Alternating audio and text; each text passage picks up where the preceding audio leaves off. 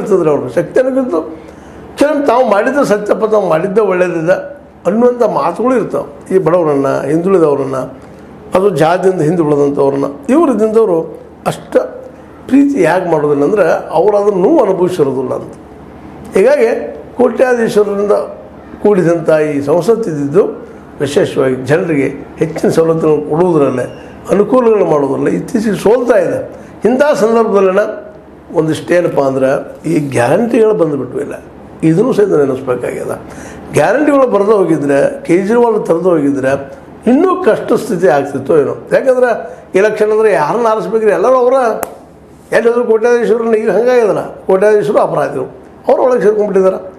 ಮತ್ತು ಅಪರಾಧ ತೆಗೆಯೋರು ಹೆಂಗೆ ರೀ, ಅವ್ರ ಪರ ಇರ್ತಾರದು, ಅವರು ಎಂ ಪಿ ಇರ್ತಾರೆ, ಮತ್ತು ಯಾರಾದರೂ ಒಬ್ಬ ಕೋಟ್ಯಾಧೀಶ ಎಂ ಪಿ ಆಗತ್ತಾನೆ ಇಲ್ಲ, ಅವ್ರು ಒಬ್ಬರೊಬ್ಬರು ರಕ್ಷಣೆ ಮಾಡ್ಕೊಳ್ತಾರೆ.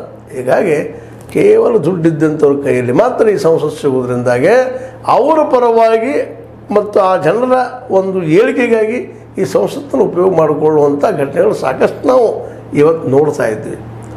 ಕಾರ್ಪೊರೇಟ್ ಪರವಾಗಿ ಈ ನೀವು ರಿಟರ್ನ್ ಆಫ್ ಹಾಗಂದ್ರೆ ಇದ್ದು ಹಿಂದಿನಿಂದ ಸುದ್ದಿ ಸಾಲದ ಸುದ್ದಿ ಮರ್ತು ಬಿಟ್ಟು ಬಿಡೋದು, ಸರ್ಕಾರ ಇದು ಬ್ಯಾಂಕಿಗೆ ಹೇಳಿಬಿಡೋದು, ಅದು ಏನು ಪಾನುಗಳಿದ್ದಾವಪ್ಪ ಅವ್ರ ಲಿಸ್ಟನ್ನು ಲೆಜರ್ದಾಗಿಂದ ಅವ್ರ ಹಾಳುಗಳಿದ್ದಾವೆ ತೆಗೆದು ಹೋಗ್ಬಿಡ್ರಿ ಅಂತ. ಯಾಕಂದ್ರೆ ಅವ್ರು ಪಾರ್ಟಿಮೆಂಟ್ ಕೊಡ್ತಾರೆ ಮುಗಿದು ಬಿಡ್ತು ಅಂತ. ಹೀಗಾಗಿ ನಾವು ಇಲ್ಲಿವರೆಗೆ ಇದೇನು ನೋಡ್ತಾ ಇದ್ದೀವಪ್ಪ ಅಂದರೆ ನಮ್ಮ ಸಂಸತ್ತಿದ್ದು ಕೇವಲ ದುಡ್ಡಿದ್ದವರ ಪಾಲಾಗ್ತಾ ಇದೆ ಅನ್ನುವಂಥದ್ದು ಸ್ಪಷ್ಟ ಆಗ್ತಾಯಿದೆ. ಹೀಗಾಗಿ ರಾಜಕೀಯ ಅಪರಾಧೀಕರಣ, ಸೋಷಿಯಲ್ ಅಪರಾಧೀಕರಣ ಅಂದರೆ ಸಾಮಾಜಿಕ ಅಪರಾಧೀಕರಣ, ಆರ್ಥಿಕ ಅಪರಾಧೀಕರಣ ಎಲ್ಲನೂ ಒಟ್ಟಿಗೆ ಕೊಡುವುದರಿಂದಾಗಿ ನಮಗೆ ಒಳ್ಳೆಯ ಆಡಳಿತಗೊಳಪ್ಪ ನೀವು ಅಂತ ಯಾರಿಗೆ ಹೇಳುದ್ರಿ? ನಮ್ಮ ಸಂಕಟವನ್ನು ಯಾರಿಗೆ ಹೇಳೋದು? ಇದ್ದವರಲ್ಲಿ ಮತ್ತು ಆ ಶ್ರೀಮಂತರಲ್ಲಿ ಕೈಗಾರ ಹಿಡ್ಕೊಳ್ಳೋದು ಮಾಡಬೇಕು. ಅವರಿಂದ ನಮ್ಮ ಸಮಸ್ಯೆಯನ್ನು ಅರ್ಥ ಮಾಡ್ಕೊಳ್ಳೋಕ್ಕೆ ಸಾಧ್ಯದನ ಅಂತ. ಯಾಕಂದರೆ ಇವತ್ತಿನ ನಾವು ನೋಡ್ತಾ ಇದ್ವಿ, ಎಜುಕೇಷನ್ ಫೀಲ್ಡ್ ತೊಗೊಳ್ರಿ, ಮೆಡಿಸಿನ್ ಫೀಲ್ಡ್ ತೊಗೊಳ್ರಿ, ಮತ್ತೆ ಅವ್ರು ತೊಗೊಳ್ರಿ, ಎಲ್ಲಾದ್ರೂ ಸಹಿತ ನಮ್ಗೆ ಯಾರಿಗೆ ಅವಕಾಶಗಳು ಇರಲಿ, ಎಲ್ಲ ದುಡ್ಡು ಕೊಟ್ಟು ಹೋಗ್ಬೇಕು, ದುಡ್ಡು ಕೊಟ್ಟು ತೋರಿಸ್ಕೊಂಡ್ಬರ್ಬೇಕು. ಆ ಶಕ್ತಿ ಇರಲಿಲ್ಲ, ಯಾಕಂದ್ರೆ ಉದ್ಯೋಗ ಇಲ್ಲಲ್ಲ, ಪ್ರತಿಯೊಬ್ಬಗೆ ಉದ್ಯೋಗ ಸೃಷ್ಟಿನೇ ಇಲ್ಲ, ಉದ್ಯೋಗ ಸೃಷ್ಟಿ ಮಾಡುವಂಥವು ಇಲ್ಲ. ಈಗ ಹಲವು ಸಹ ಚರ್ಚೆ ಮಾಡಿದ್ದಾರೆ ನಾವು, PSUಗಳು ಸಹಿತ ಯಾವ ಕಂಪ್ನಿ ಕೊಟ್ಬಿಟ್ಟಿದ್ದಾರೆ.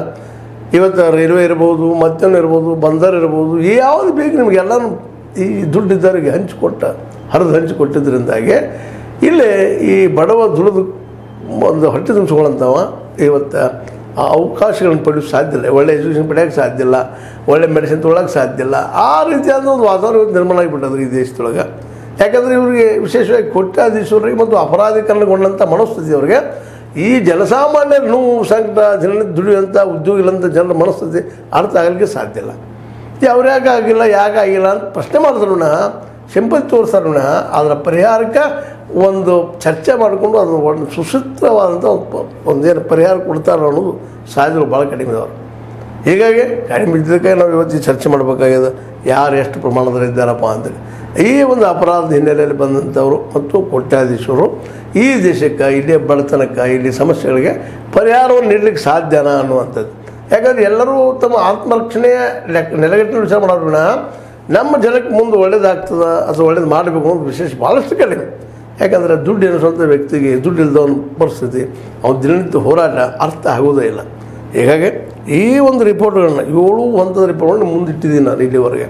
ADR ಅವ್ರು ಮಾಡಿದಂಥ ದೊಡ್ಡ ಸಾಹಸವನ್ನು ಯಾಕೆ ಇಟ್ಟಿದ್ದೀನಿ ಅಂದರೆ, ನೀವು ಇಂಥ ಕೋಟ್ಯಾಧೀಶ್ವರರನ್ನು ಆರಿಸೋದ್ರಿಂದ, ಅಪರಾಧೀಕರಣಗೊಂಡಂಥ ಜನರನ್ನು ಆರಿಸ್ಕೊಳ್ಳೋದ್ರಿಂದ ನಿಮ್ಮ ಸಮಸ್ಯೆಗಳು ಸಾಲ್ವ್ ಆಗ್ತಾವೇನು ಅಂತ.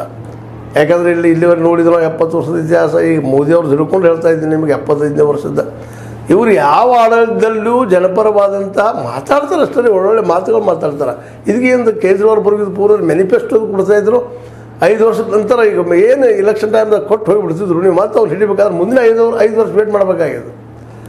ಈ ಸಲ ಕೇಜ್ರಿವಾಲ್ ಬಂದ ಮೇಲೆ ಈ ಸಿಸ್ಟಮ್ ಚೇಂಜ್ ಆಗಿದೆ. ಅಟ್ಲೀಸ್ಟ್ ಗ್ಯಾರಂಟಿಗಳನ್ನು, ಈ ಗ್ಯಾರಂಟಿಗಳು ಕೊಡೋದ್ರಿಂದ ಖಜಾನೆಗೆ ಲಾಸ್ ಐತಿ ಅಂತ ಎಲ್ಲರೂ ವಾದ ಮಾಡ್ತಾರೆ. ಅದು ಸರಿನೂ ಇರ್ಬೋದಿಲ್ಲ ಅಂತಲ್ಲ.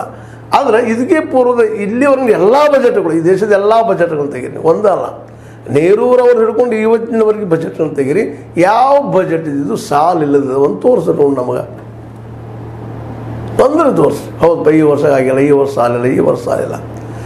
ಪ್ರತಿಯೊಂದು ಇಲಾಖೆಯೂ ಸಾಲದಲ್ಲೇ ಅದ, ಸಾಲದಲ್ಲೇ ನಡೆದ. ಈ ಒಂದು ಅತಿಯಾದ ಸಾಲದಿಂದಾಗಿನ ನಾವು ಅನಿವಾರ್ಯವಾಗಿ ಮಿಕ್ಸ್ಡ್ ಎಕಾನಮಿ ಚೇಂಜ್ ಮಾಡಿ ಮನಮೋಹನ್ ಸಿಂಗ್ ಕಾರಣದಲ್ಲೇ ಅಥವಾ ನಮ್ಮ ಪಿ ವಿ ನರಸಿಂಹರ ಕಾಲದಲ್ಲೇ ನಾವು ಓಪನ್ ಮಾರ್ಕೆಟ್ ತೊಗೊಂಡ್ಬಂದೀವಿ. ಅದರಿಂದ ಒಳ್ಳೇದಾಗ್ಬೋದು ನಮಗೆ. ಯಾಕಂದ್ರೆ ದುಡ್ಡು ಹೊಡೋರು ಬಂದು ನಮ್ಮಲ್ಲಿ ನಮ್ಮ ಸಂಪತ್ತು ತೊಗೊಂಡು ದುಡ್ಡು ದುಡಿಸಿ ಜನರು ಉದ್ಯೋಗ ಕೊಡ್ತಾರೆ, ನಾವು ನಿರುದ್ಯೋಗಿಗಳು ಇದು ಕಡಿಮೆ ಆಗ್ತೀವಿ ಅಂತೇಳಿ ದೊಡ್ಡ ಆಶೆಗಳು ಹುಟ್ಟಾಕಿದ್ರು ಎಲ್ಲ ಮುಂದುವರೆದ ದೇಶಗಳು. ಅಮೇರಿಕ ಆಗಿರ್ಬೋದು, ಯುರೋಪ್ ಆಗಿರ್ಬೋದು, ಇಂಗ್ಲೆಂಡ್ ಆಗಿರ್ಬೋದು, ಯಾವುದೇ ಯುರೋಪ್ ದೇಶದ ಕಂಟ್ರಿಗಳು, ಅದು ಅಮೇರಿಕಾದ ದೇಶಗಳು. ನಮ್ಮ ಇಲ್ಲದ ನಮ್ಮ ಥರ್ಡ್ ವರ್ಲ್ಡ್ ಕಂಟ್ರಿ ಅಂತ ಕರಿತೀವಲ್ಲ ನಾವು, ಅವರೆಲ್ಲ ತಲೆ ಹಾಕಿಬಿಟ್ರು ಓಪನ್ ಮಾರ್ಕೆಟ್ ಮೇಲೆ. ನೀವೆಲ್ಲ ಉದ್ಧಾರ ಆಗಿಬಿಟ್ರಿ, ಗೆದ್ದು ಬಿಟ್ರಿ, ನಿಮ್ಮ ಮಕ್ಕಳೆಲ್ಲ ಉಪವಾಸ ಬಿಡ್ತಾಯಿತ್ತು, ನಿಮಗೆಲ್ಲ ಉದ್ಯೋಗ ಸಿಕ್ತು. ಏನು ಕನಸುಗಳು. ಓಪನ್ ಮಾರ್ಕೆಟ್, ಉದಾರವಾದ, ಆ ವಾದ, ಈ ವಾದ, ಚರ್ಚೆ ಚರ್ಚೆ ಚರ್ಚೆ. ನಮ್ಮ ಮೀಡಿಯಾಗಳೊಂದು ಸಿಕ್ಕಂಗೆ ಅದ್ರ ವಿಷಯ ತೊಗೊಂಡು ಜಿಗಿದಾಡಿ ಹೇಳಿ. ಆದರೆ ಇವತ್ತು 90% ಜನರಿಗೆ ಇವತ್ತು ಉದ್ಯೋಗ ಇಲ್ಲ. ಅದು ಯಾರದಪ್ಪ 90%? ಇವರ OBC, SC, ST, ಮೈನಾರಿಟಿ, ಉದ್ಯೋಗ ಇಲ್ಲದಂಥವರು ಈ ಜನ ಹೆಚ್ಚಿದ್ದಾರೆ. ಈ ಜನರಲ್ಲೇ ಬಡತನ ಹೆಚ್ಚದ. ಈ ಜನರ ಬಗ್ಗೆ ಇವ್ರಿಗೆ ಎಷ್ಟರ ಮಟ್ಟಿಗೆ ನಾಲೆಜ್ ಅದು, ಇವ್ರ ಬದುಕಿನ ಬಗ್ಗೆ ಏನು ಗೊತ್ತದ ಈ ಶ್ರೀಮಂತರಿಗೆ ಮತ್ತು ಈ ಒಂದು ಕೋಟ್ಯಾಧೀಶ್ವರಿಗೆ. 543 ಮಂದಿ ಈ ಕೋಟ್ಯಾಧೀಶ್ವರ ಹೋಗ್ತಾ ಇದ್ದಾರೆ ಒಳಗೆ. ಈ 543 ಮಂದಿಗೆ ಇಲ್ಲಿಯೇ ಈ OBCಗಳ, ಇಲ್ಲಿ SCಗಳ, ಇಲ್ಲಿ STಗಳ, ಇಲ್ಲಿಯ ಆದಿವಾಸಿಗಳ, ಇಲ್ಲಿಯ ಈ ಒಂದು ಮೈನಾರಿಟಿಗಳನ್ನು, ಅಲ್ಪಸಂಖ್ಯಾತರ ಸಮಸ್ಯೆಗಳ, ದಿನನಿತ್ಯ ಉದ್ಯೋಗಗಳಂಥವ್ರ ಸಮಸ್ಯೆಗಳ ಬಗ್ಗೆ ಏನು ಅರಿವು ಮೂಡಲಿಕ್ಕೆ ಸಾಧ್ಯದ? ಇಂಥ ಸಂದರ್ಭದಲ್ಲಿ ಕೇಜ್ರಿವಾಲ್ ಈ ಗ್ಯಾರಂಟಿ ತಂದ ಒಂದಿಷ್ಟು ಅಟ್ಲೀಸ್ಟ್ ಸ್ವಚ್ಛ ನೀರ, ಗಾಳಿ ಸಿಗುವಂಥದ್ದು, ಮಕ್ಕಳಿಗೆ ಶಿಕ್ಷಣ ಸಿಗುವಂಥ ಒಂದು ದೊಡ್ಡ ಸಾಹಸವನ್ನು ಮಾಡಿದರು. ಹೀಗಾಗಿ ಮೋದಿಯ ಒಂದು ಬಿರುಗಾಳಿಯ ಹೊಡೆತಕ್ಷ ಸಿಗಲಾರದ್ದು ಇಲ್ಲಿ ಜನ ಅವ್ರನ್ನ ಆಯ್ಕೆ ಮಾಡಿದ್ರು. ಇವತ್ತು ಪಂಜಾಬ್ ಜನ ಆಯ್ಕೆ ಮಾಡಿಕೊಂಡಿದ್ದಾರೆ. ಅವೆರಡೂ ಬಂದ ತಕ್ಷಣ ಕಾಂಗ್ರೆಸ್